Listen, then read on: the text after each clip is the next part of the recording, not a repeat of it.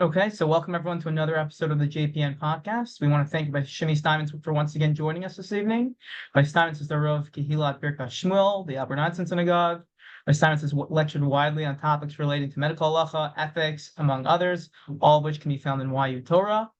Tonight's shir is entitled "The Fasting on the Floors," a clinician's bite-sized guide for and Rabbi Steinmetz will discuss various questions, challenges that may arise in the healthcare setting during the upcoming fast of Tamuz, as well as the 3 weeks. And I think we'll be touching a little bit on Tisha B'Av, but I think that main Tisha B'Av topics will be reserved either for another share or another time.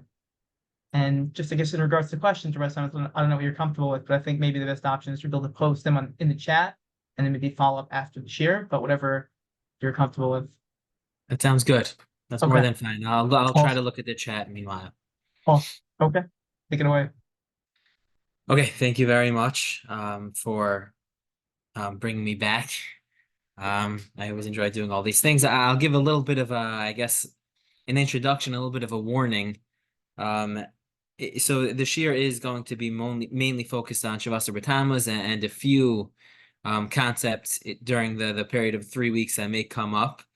We're not going to be able to get through everything. I'm going to kind of just be looking at the clock to figure out when's a good time to stop. Unfortunately, there's a lot to say. I can spend probably 2 hours on these topics. A lot of what I'm going to speak about is really going to be irrelevant for a lot of people in a practical sense, because each case is very, very different, as one would suspect. So any physician that's on the floor that has a question about whether fasting or something else, it's going to be dependent on what their specialty is. It's going to be dependent on what their day looks like. But I'm going to kind of give overarching ideas. I'm going to give some of them a little more conceptual. Some of them are just nice ideas that I thought about over the last day or two. Questions that may come up, questions that maybe should be asked. If they are relevant, then you should ask them. If not, it's just they're important to know anyway. So we're going to begin. I'm going to share my screen. 1 second. Did everyone see that? Yeah. Okay. So I assume this should work. Let me figure out how to change that. Give me 1 second to try to figure out how to see. Does anyone know how to? Let's see. 1 second.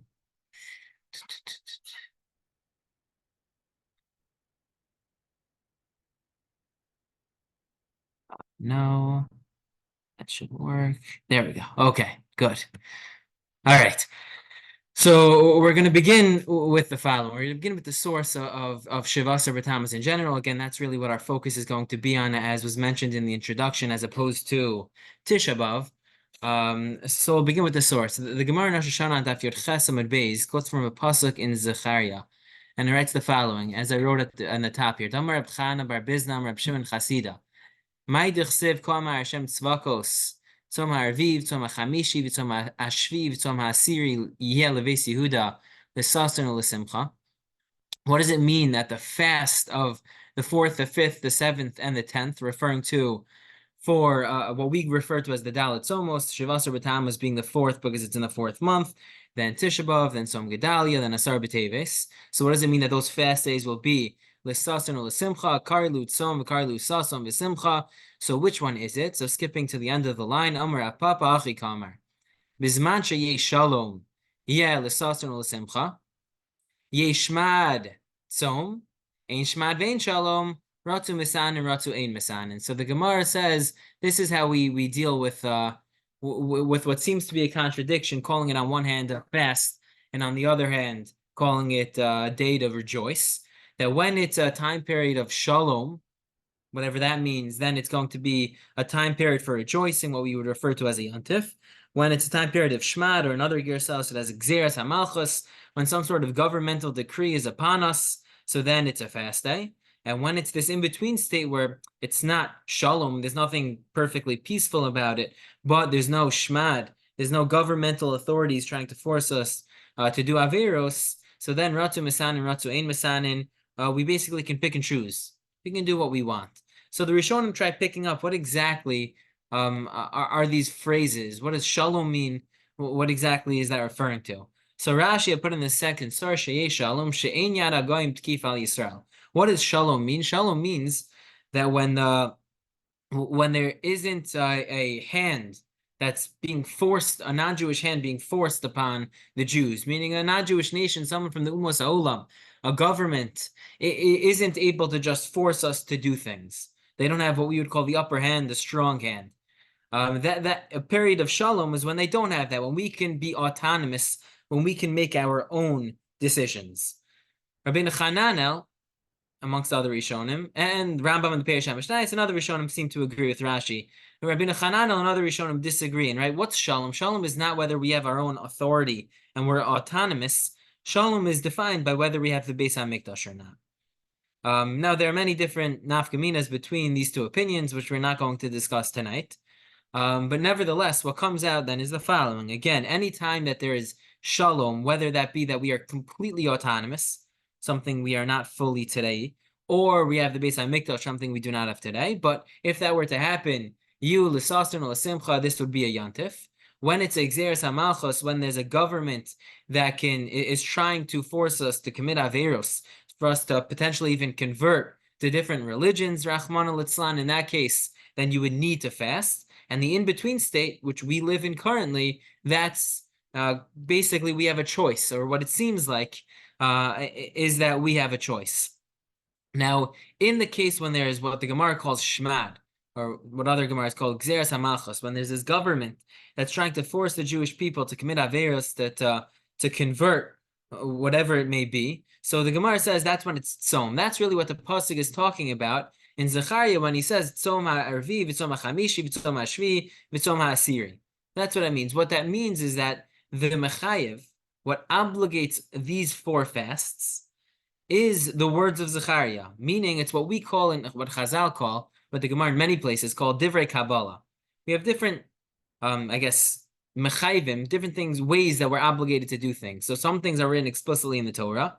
That's what we would call midoraisa, midivrei Torah. Other things are written in the Nevi'im, and that's called midivrei Kabbalah. And then there are things that we call midrabanan, that are rabbinic in origin.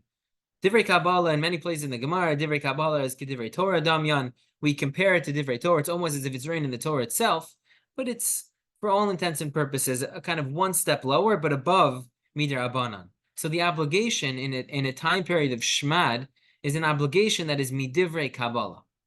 Now, what's the obligation when it's not a period of shmad and when it's not a period of shalom? And why that's important is because that's what nowadays, especially in America, we definitely feel it. We live in America, but there's no one trying to, we have freedom of religion.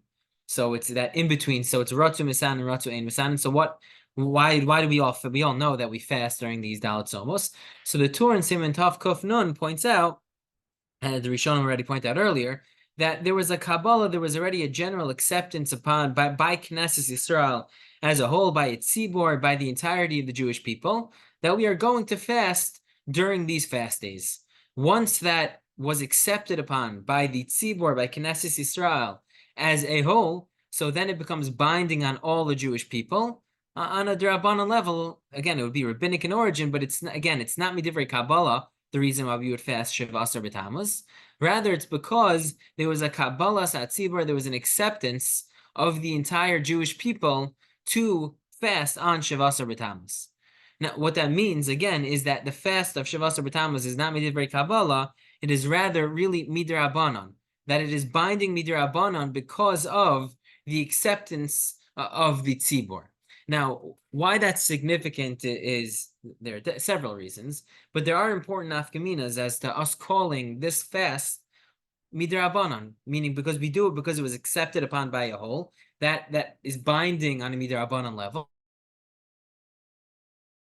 So we do the fast, we fast on Shavas B'Tamuz, but on a midrabanan level, and they're going to be important nafkaminas. So, for example, the Rama writes in Hilchos Tisha B'Av in Siman Taf Kuf Nun in Sif Aleph that ubros uminikos shemitztaros harbe ein lesano. So if someone is pregnant or nursing and they have a lot of pain and it's very hard for them to fast, so they should not fast. The Mishnah Berurah there in Sif Katan Dalid writes v'kol shekenim hu chol hashem bo sakana. Not only if you're a mu'beres, someone who's pregnant that has tsar, But if you're actually defined as a chol she'ein bo sakana, a chol, again, not a dangerous person who's in danger, we're dealing with a patient who can't function normally for whatever reason. They have a terrible headache and they need to be in bed all day. Or whatever that is, a chol she'ein bo sakana.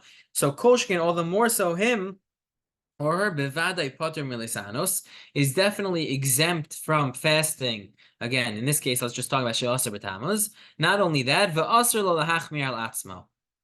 Not only that, but it's actually usher for that person to be machmir. It's usher for that person to be stringent in any way and fast. So there are exceptions to those who need a fast on Shivasar B'Tamuz. Now, even those exceptions, I'm only saying this because I got about 4 of these questions in the last 12 hours.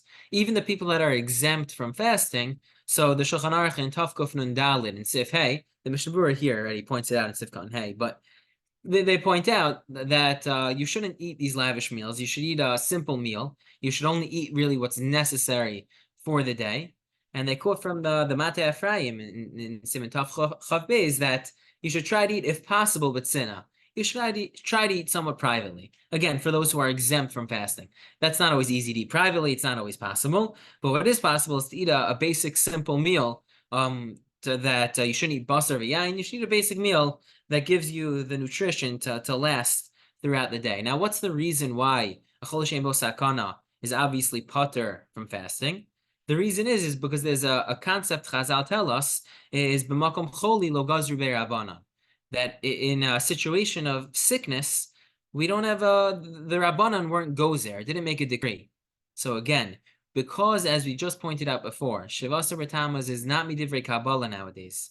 Rather, it is all midrabanan. It is binding midrabanan.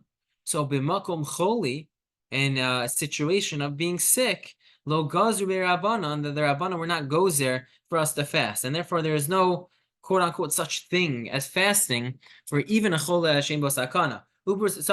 Someone who has tsar doesn't have to fast. So someone who's actually defined as a chola, so for sure there was never exer derabanan, there was never a rabbinic mandate to fast on Shivasar B'Tamuz.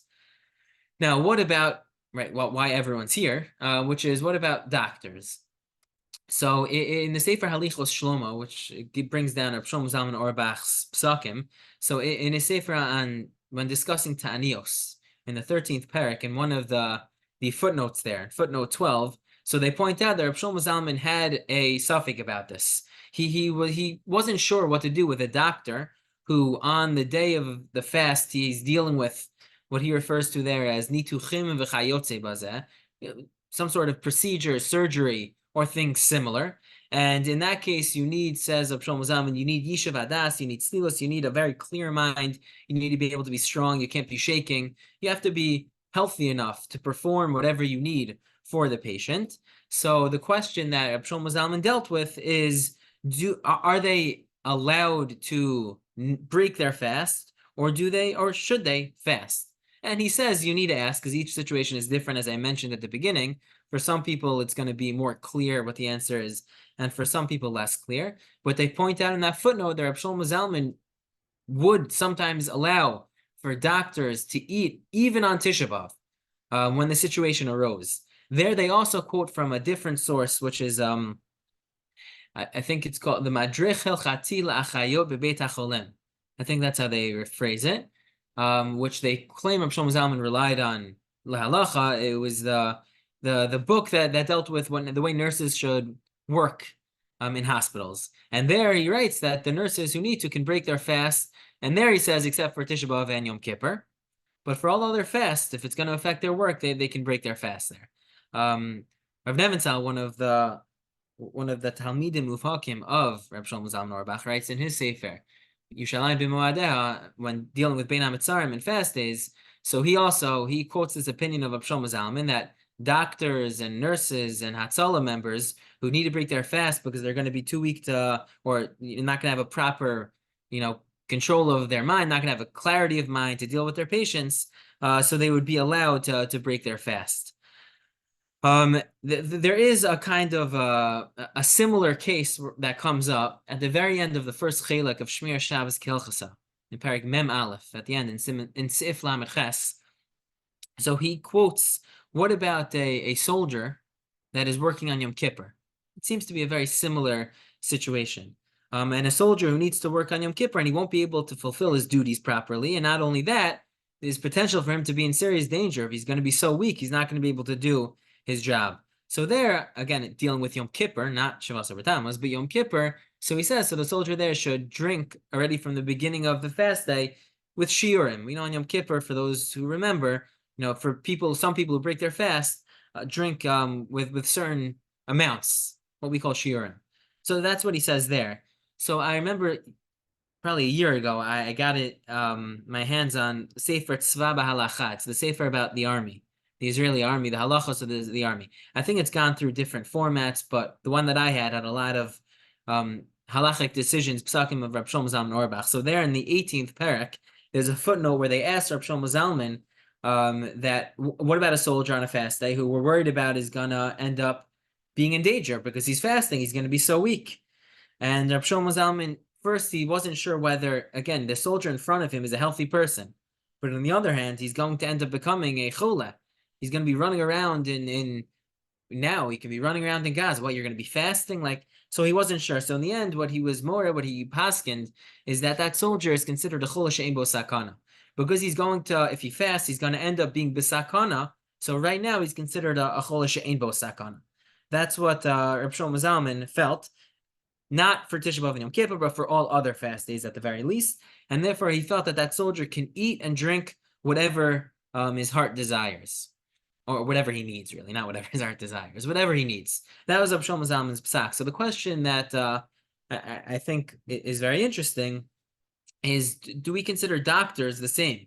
Do we view doctors in the same lens? Is there just like by the soldier, the worry, the chashash is that the soldier is going to become in misukan. It's going to be very dangerous. He's going to be in a weakened state trying to fight a war. So do we say by the doctor, if the doctor doesn't eat and he fasts, so he's potentially putting his patients in danger?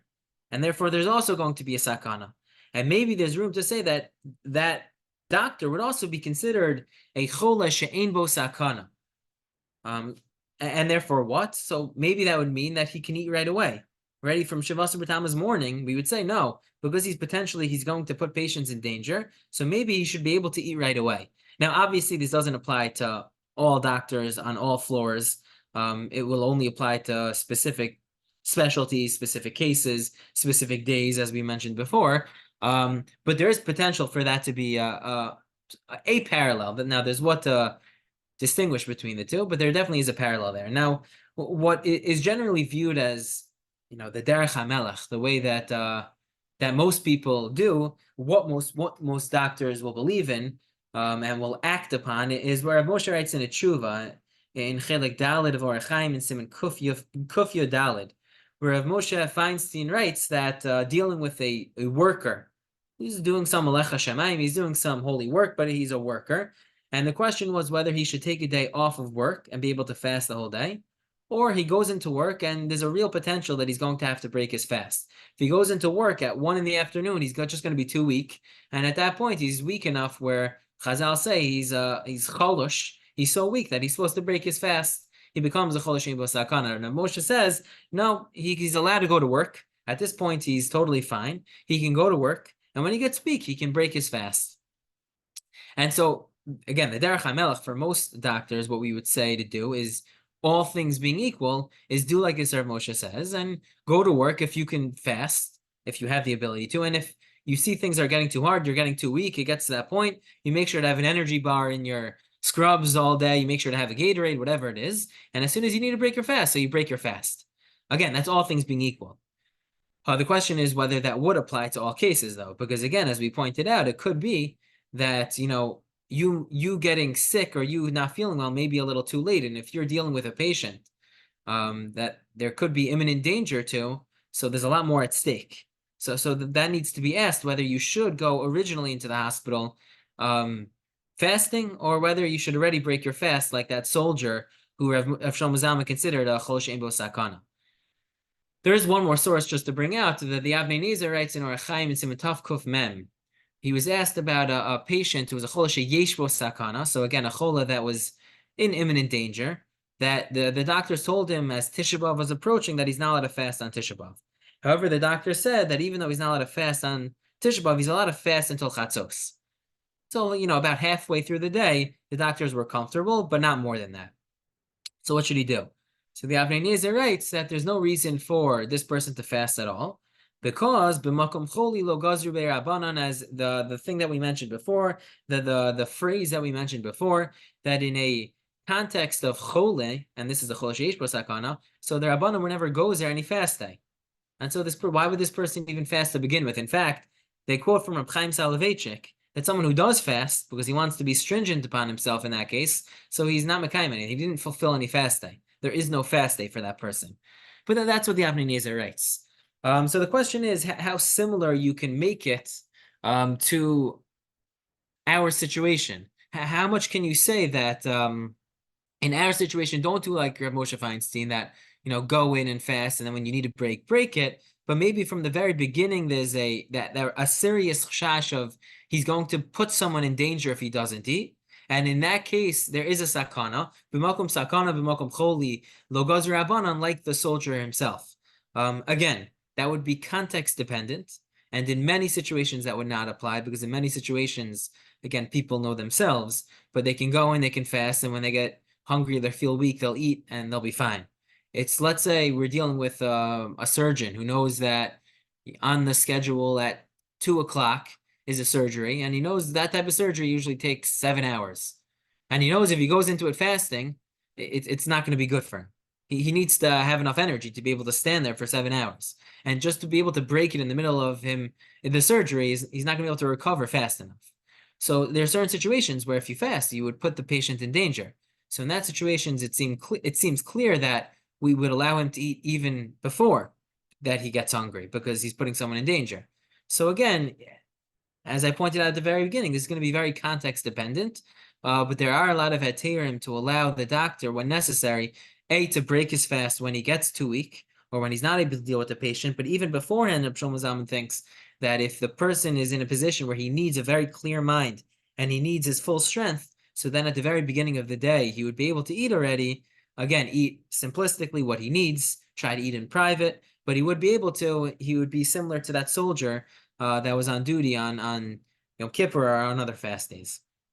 So that's really in terms of fasting itself. Now, part of the question of fast days is when the fast day ends.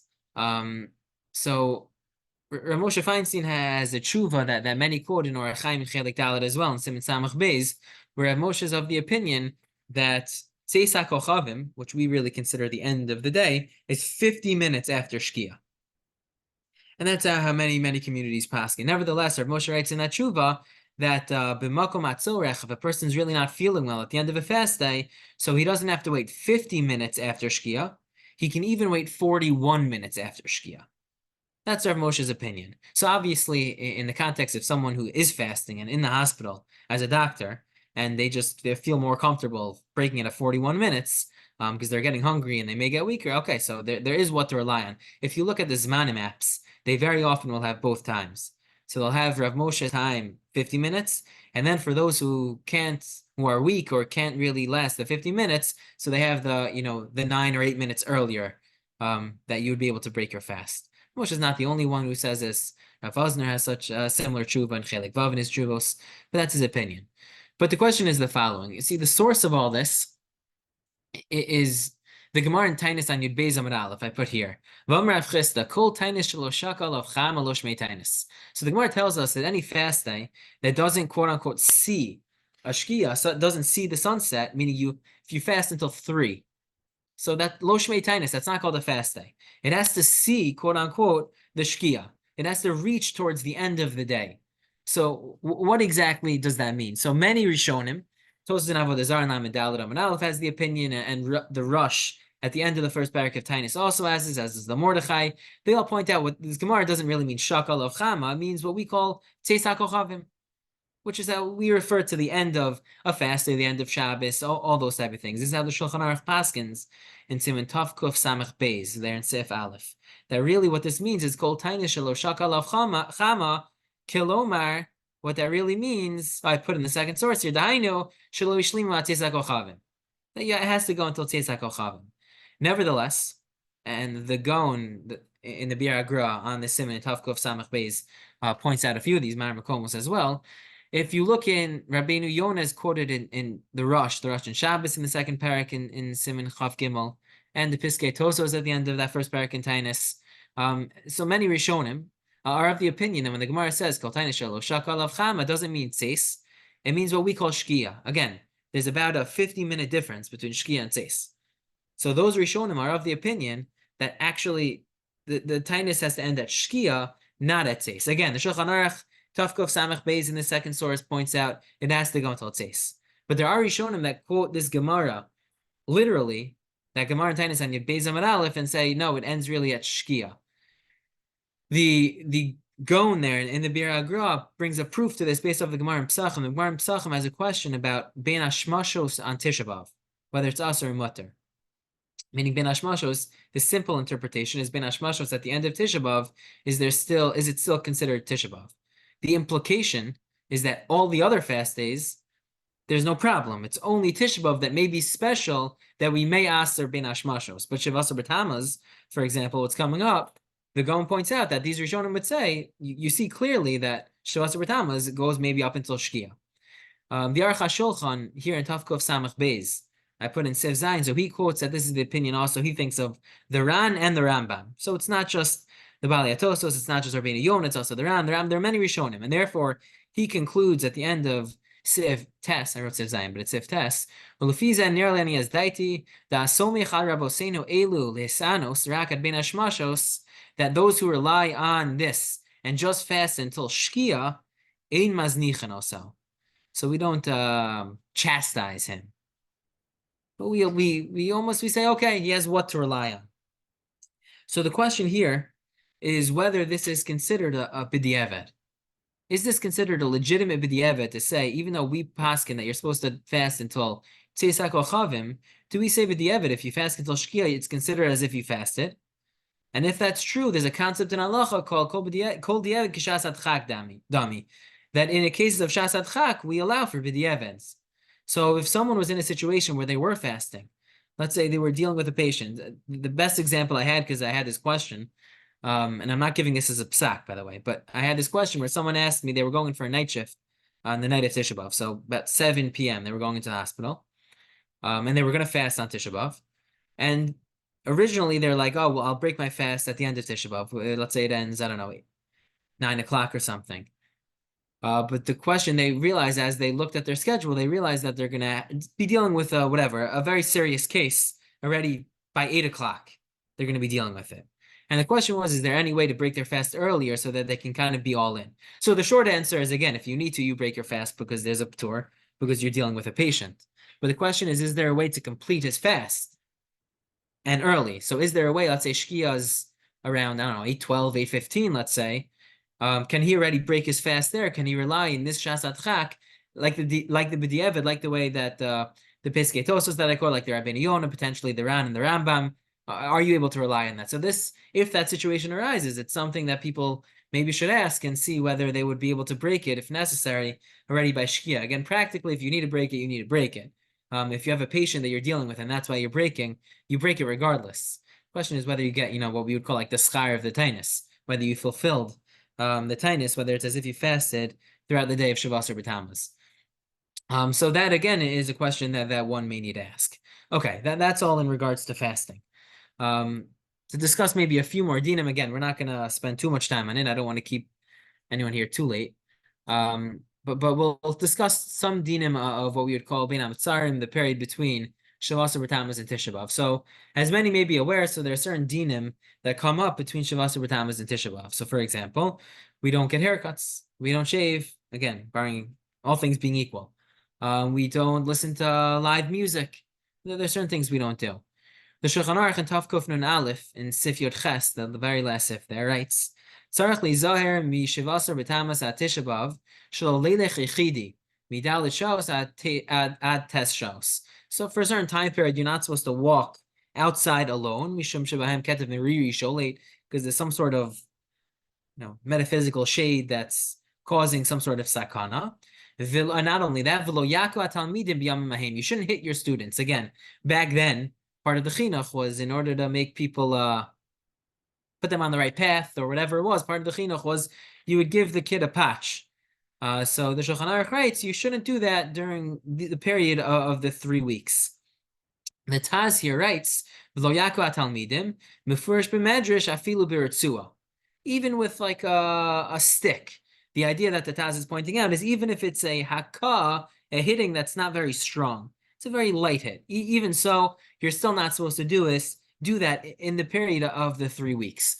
Based off this Shulchan Aruch and based off this Taz, so many of the poskim conclude that a lot of different activities that can have some form of chashash of sakana, can have some derivation, it can lead towards some form of danger. So one should not do during the period of the 3 weeks. Is considered an inauspicious time to do anything bisakana. It's considered it has bad mazel, whatever that is, and you shouldn't do. And therefore, many of the posts can point out, one should be careful in terms of treatments. If one is going for an elective surgery that could be pushed off till after the 3 weeks. So, for example, the Emes Yaakov, Reb Yaakov Kamenetsky on the Shulchan Aruch here, in one of the Ha'aros there on our Siman, in Tav Kuf, Nun Aleph, and Sif Yud Ches, so he quotes that you should be makbid not make appointments for elective surgeries during the period of 3 weeks if you have the ability to do it after Tisha B'Av. They also quote this from Moshe Feinstein in the Sefer Masaras Moshe and Chelik Aleph. Again, both are not written by them. Both are said in their names. But in both are Moshe Feinstein and Yaakov Kamenetsky are quoted as saying that you should push off, and Moshe Feinstein is actually talking about the 9 days, but you should push off, if you can, elective surgery, something that leads towards some form of potential sakana, you should push it off, you should wait. The truth is a little bit difficult to understand on an academic level, I guess. If you look in the commentary of the Ishal Avrami Bachach on this, which is one of the commentaries on the Shulchan Aruch, he was born about 100 years after the Taz, but both lived in Poland. But he writes in Sif Katan Yud Ches as well. He has a long discussion about this, and he basically concludes that really there needs to be a sakana that's very clear. We don't just make up sakanas. We don't just say, oh, there's a shade happening, and so because there's something metaphysical happening, don't do it. There has to be a very clear linear translation towards some form of danger in order for us to say, don't do that during the period of the 3 weeks. So what he says is when the Medrash says Lo Yaku Talmidim Vayamim Mahim that the Shulchan Aruch says, that's referring to a hitting that's hard, that can cause pain, it can cause a chabura, it can be dangerous, but not just stam hitting, not just with a little light patch. That's not the Ishal Avram Mibachach doesn't think that that's a problem. The Taz does, but the Ishal Avram does not. He thinks that even during the period of 3 weeks, things that are normally done, that we rely on what Chazal call Shomer P'saim Hashem, the pasuk says, but Chazal refer to that as certain things which have some slight danger. But we rely on, most people don't get hurt, and we rely that HaKadosh Baruch Hu is going to protect us. So that applies during the period of the 3 weeks, says the Ishal Avraham. And the only things that really have a direct, again, linear, you can look directly into sakana from what you're doing, those are the things you should be careful about. Nevertheless, the Mishnah Berurah in Sivkan Kuf Gimel does quote this Taz. And so it seems to be that halacha l'maisa, we try to be extra careful during the period of the 3 weeks, not to do anything that can lead towards sakana. So, for example, the Chavos Yarin in his commentary, the Makor Chaim in Siman Yadalit here. So he in Sif Yadalit here, he says to be careful not to wash yourself in neharos, in rivers during this time period because of sakana, because v'ha'is misugal l'ra, he writes. The time period is misugal. There's a school for bad things that are happening. They quote in Orchos Rabbeinu in Chelik Beis. I think they quote this in the Dershu Mishnah Berurah even, that the Stipler didn't allow his children to go on the water, to do any water activities during the period of 3 weeks because of a sakana mishum the isra mazle, because there's bad mazel during this period. And the olam is usually knowing to try to be a little more careful during the period of the 3 weeks. The question can be asked, and this is probably irrelevant for most people, but it's an interesting conceptual question because it may be relevant, at least pieces of it, is let's say, just for take an extreme example, someone has a private practice and he does elective surgery and he's a Jew. So should he shut down his practice during the 3 weeks? Because he's not really, let's say his practice is only Jews. So should he shut it down so that Jews aren't doing those elective surgeries during the 3 weeks? Or even if you're not in that situation, should you ever try to encourage patients who already scheduled, let's say, their surgery or something that has some distant form of sakana? Is there any reason that a doctor should try to ask them, maybe push it off after the 3 weeks, maybe push it off after Tisha B'Av? Again, I'm not saying what you should or shouldn't do. There's a lot of reasons to say that the doctor wouldn't have to do such a thing. It's an interesting to think about, and if someone's in the situation, it may be kedai to at least ask the question to someone who knows. Okay, that's again, there are more things in 3 weeks, but we'll leave that aside. Now, just for again, 2 quick things about the 9 days. So we know the Shulchan Aruch in Tavkuf Nun Aleph and Siv Gimel tells us about the Isser Kibos. There's an Isser to do laundry during this time period, and the Mishnah Berurah and Sifkan Chaf Aleph tells us the reason for the Isser is Ziner Ki Mesiach Daitu Mi'avelos. Again, it's a discussion in the Rishonim, but the Mishnah Berurah, at least here, another place he tells differently, but at least here he writes that you're becoming distracted from mourning from Avelos, and because of that, you're not supposed to do laundry. It's a very hard reason to understand Bisman Azeh, where you put it in a laundry machine and you press go, or whatever it is. There's obviously not much of a distraction to the Avelos that you're supposed to be involved in. Okay, but nevertheless, it still applies Bisman Azeh, and therefore there's still an Isser to do laundry nowadays. Good, this ends Chatzos, again, during the 9 days, for the Ashkenazim at least. This ends Chatzos on the day after Tisha B'Av, but for extenuating circumstances, many of the poskim based off the Bir Halacha and Tavkuf Nun Ches point out that it can end on Tisha B'Av itself. Okay, that's all as an aside. The question is the following. If you look in the Mishnah Berurah and Sivkan Chaf Tes, so he writes,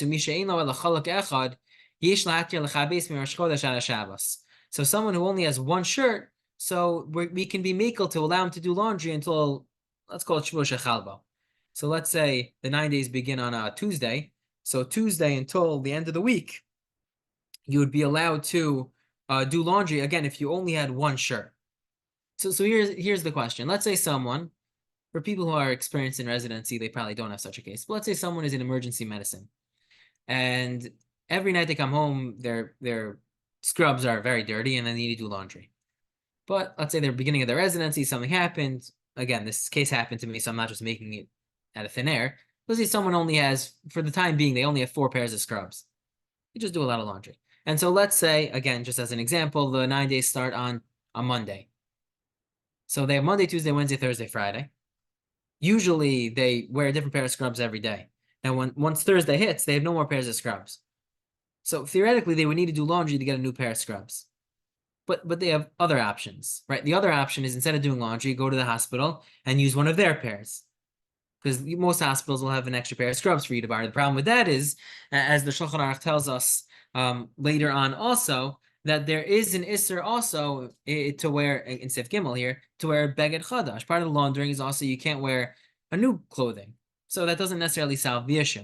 So the question is, would you be obligated to say before 3 weeks come, or before the 9 days, but ideally 3 weeks, say I only have 4 pairs of scrubs, because I know I'm going to have to do laundry during the 9 days, maybe I'm obligated to spend money to buy myself 7 pairs of scrubs. Do you have to put in the extra money beforehand to avoid you needing to do laundry? Again, the case of Chalak Echad, if you only had one shirt, you can do laundry. But let's say, do we say that a person's obligated to make sure he has more than that? That a person has more than that amount of scrubs? The question comes up, it becomes a little more complex. The simple understanding is one would not have to do that. One would not have to shell out the money before. If you have 4 pairs of scrubs and you need to do laundry because you need to be clean to go into a hospital, and you need to be clean to go home from the hospital, whatever that is. So you would definitely be able to do laundry in such a case. And you probably would not need to abide beforehand. The question would be, is it better to do laundry or just to take the hospital's extra pair of scrubs, the clean pair of scrubs there? Part of the way to avoid a Beged Chadash, as many may be aware of, there are different opinions in the poskim, but is to make sure you're wearing, during the 9 days, you wear your clothing. So I put on my shirt, I put on 2 or 3 of my shirts before the 9 days. I wear them around the house for a little bit to make sure that it's not a new shirt when I put it on during the 9 days. So obviously putting on the new scrubs may be that. Maybe scrubs are not included in this gzeira at all in the first place. We don't have time to discuss too much of that, but these are interesting questions that may or may not arise, but something to think about. We'll stop here, but one last point maybe is that there's also during the 9 days an Isser Rechitza. There's an Isser to bathe. The tour in Taf Kuf Nun Aleph quotes from Ravia that this is an older because of Avia Ezri, the Ravia. Nagu Avosenu Isser Af Bekiva Shalan. Nagu Avosenu. So this is obviously an old minhag, not to bathe or anything like that on during the period of the 9 days. Perhaps even with cold water. The Trumas Adeshin writes, the Beis Yosef quotes. That's true. The Mishnah Berurah here in Sifkan Peches writes at the end of the line, Ula Refuah Mutter. For refuah purposes, for health purposes, it's mutter afilu bechamin, even warm water, v'afilu b'shvua shechalbo tisha, and even shvua shechalbo, a period that's a little more strict than the period of the 9 days. What's the reason? The Sha'ar Tzion writes, because afilu refuah v'lo latanu. The whole isser, the whole reason it's usser for you to bathe, to bathe or shower, whatever it is because it's tainug. It's because it's enjoyable. And during the 9 days, we want to limit that enjoyment. If something's for refuah purposes, so then there was never an isser to begin with. So obviously, this includes doctors. When a doctor comes home from a hospital, even during the 9 days, so it is very clear that they should go into a shower and get clean. They're just in most situations. I was just speaking to a radiologist who says he just sits in a cold, dark room all day, so he doesn't see any patients. So maybe he's definitely an exception there. But if you're in the hospital and you're dealing with patients, and germs and all that, you're definitely you should be going home and showering. You should be showering with soap. And the only way to get clean is to use warm water. So you should try to use warm water. Now, maybe it should be less hot than it usually is, so that there shouldn't be too much of the tainug that Sha'ar Tzion is talking about. But again, this is for cleanliness purposes. It's the same way David refuah v'lo tainug. This is also for refuah, not for tainug. It's to make sure things are clean. And cleanliness purposes, it's for lichloch, for nikias, all that, and especially going back to deal with patients. So you definitely should shower. Just maybe to end off, I know some of these were a little more broad concepts. But Rav Soloveitchik points out in the Yartzeit drasha that there's a difference between the 4 fasts, these Dalet Tzomos, and other fasts that we have, other Tainis Tzibur, Yom Kippur, or other things that we would have. By all fast days, the goal is tshuva. The Rambam writes that explicitly in Hilchos Tshuva, and similarly in Hilchos Ta'anios in the 5th parak. But the Rambam writes, and the goal is always tshuva. The difference is by the other fast days, that's not just the goal, but that's the mitzvahs hayom. The mitzvah on Yom Kippur, that's the most obvious example, is to do tshuva. That's part of it. If Chazal would ever be misakin a new fast day because of whatever tzara, so the reason, the goal of it, the purpose of it, the mitzvah of it is to do tshuva. By the 4 fast days, the Rav explains based off many sources, is even though the goal is tshuva, but the mitzvah hayom is not tshuva. The mitzvah is to be misabel al churban Yerushalayim. It's to mourn over the churban. And that's really what these days are meant to be focused on. Shavasar B'Tamuz, throughout the period of 3 weeks up until Tisha B'Av, which again, unfortunately we didn't get to. Everything's a little stricter on Tisha B'Av, as many are aware of. But this whole time period is not just, it's meant that we should do tshuva, that's a goal, but the purpose is to do things that are mis'abel al churban. We should try to feel some form of mourning. And part of that mourning means there's going to be some form of tsar. Now, if it affects other people, if it affects patients, obviously you're not supposed to do that. But personally, if you're in these situations, then you need all these kulas because you're dealing with patients. So you're not going to fast on Shavasar B'Tamuz. You're going to shower every night. You're going to do laundry every day during the 9 days, and you're going to do all these things. So it may be appropriate for someone to take upon themselves something where they can have some sort of action that they can feel, that they can have some form of mourning over the Churban based on Mikdash, whether that's an extra parak of Tehillim, whatever it may be. But it may be kedai for people to do that when they're missing out on so much because they're doing the mitzvah of being merape cholim. And in that way, as Chazal tell us in 2 places in the Gemara, in Tanis and above Basra, that those who are misabel al Yushalayim, that those who mourn over Yushalayim the proper way are going to be zocha to see the building of the Beis HaMikdash. Thank you everyone for joining.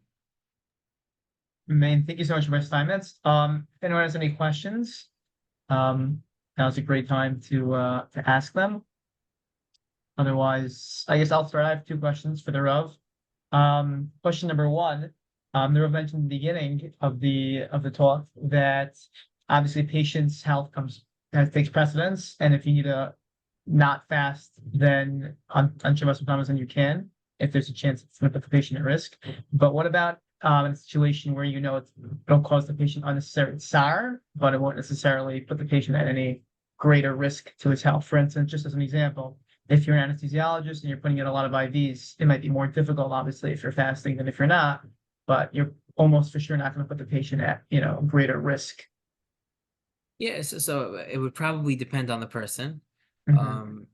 Most of the time in such a situation, and I've gotten that question before from an anesthesiologist. Most of the time I would say, so you should fast unless you feel like you can't do your job. But there are plenty of times if you're fasting and you just feel like you can't do it, your hands are shaky, you can't concentrate. So then even by an anesthesiologist, we would say it will affect the health of the patient. But again, that's a specialty that you would say that you can probably try to fast until you can't fast. Right. Mhm. Again, as opposed to just the extreme example was the surgeon himself Right. or herself, whatever it is. Yeah. Mhm. And I guess to follow up, this is probably an unpopular question, but so if you don't fast, the question is, do you have to make up the fast? Right. Yeah. I don't know if anyone It's, asks that, but no, it is. I think yeah. Bisman, there is a concept the Gemara brings down of being mashlim tanios. I think the generally accepted practice is we don't do that Bisman Azeh. Rav Mhm. Nevitzal writes that in that sefer I was quoting before, in the tshuva section. So he writes that explicitly that if you're one of these people that don't fast, so we're not mashlim fasts. Mhm. We don't make them up. Mhm. Maybe kedai to give tzedakah another day, some form Mhm. of tikkun. Some suggest, but in terms of fasting another day, in most scenarios, we probably would not. Right. Okay, perfect. Thank you so much. Any All last right. minute questions? Otherwise, great. Okay.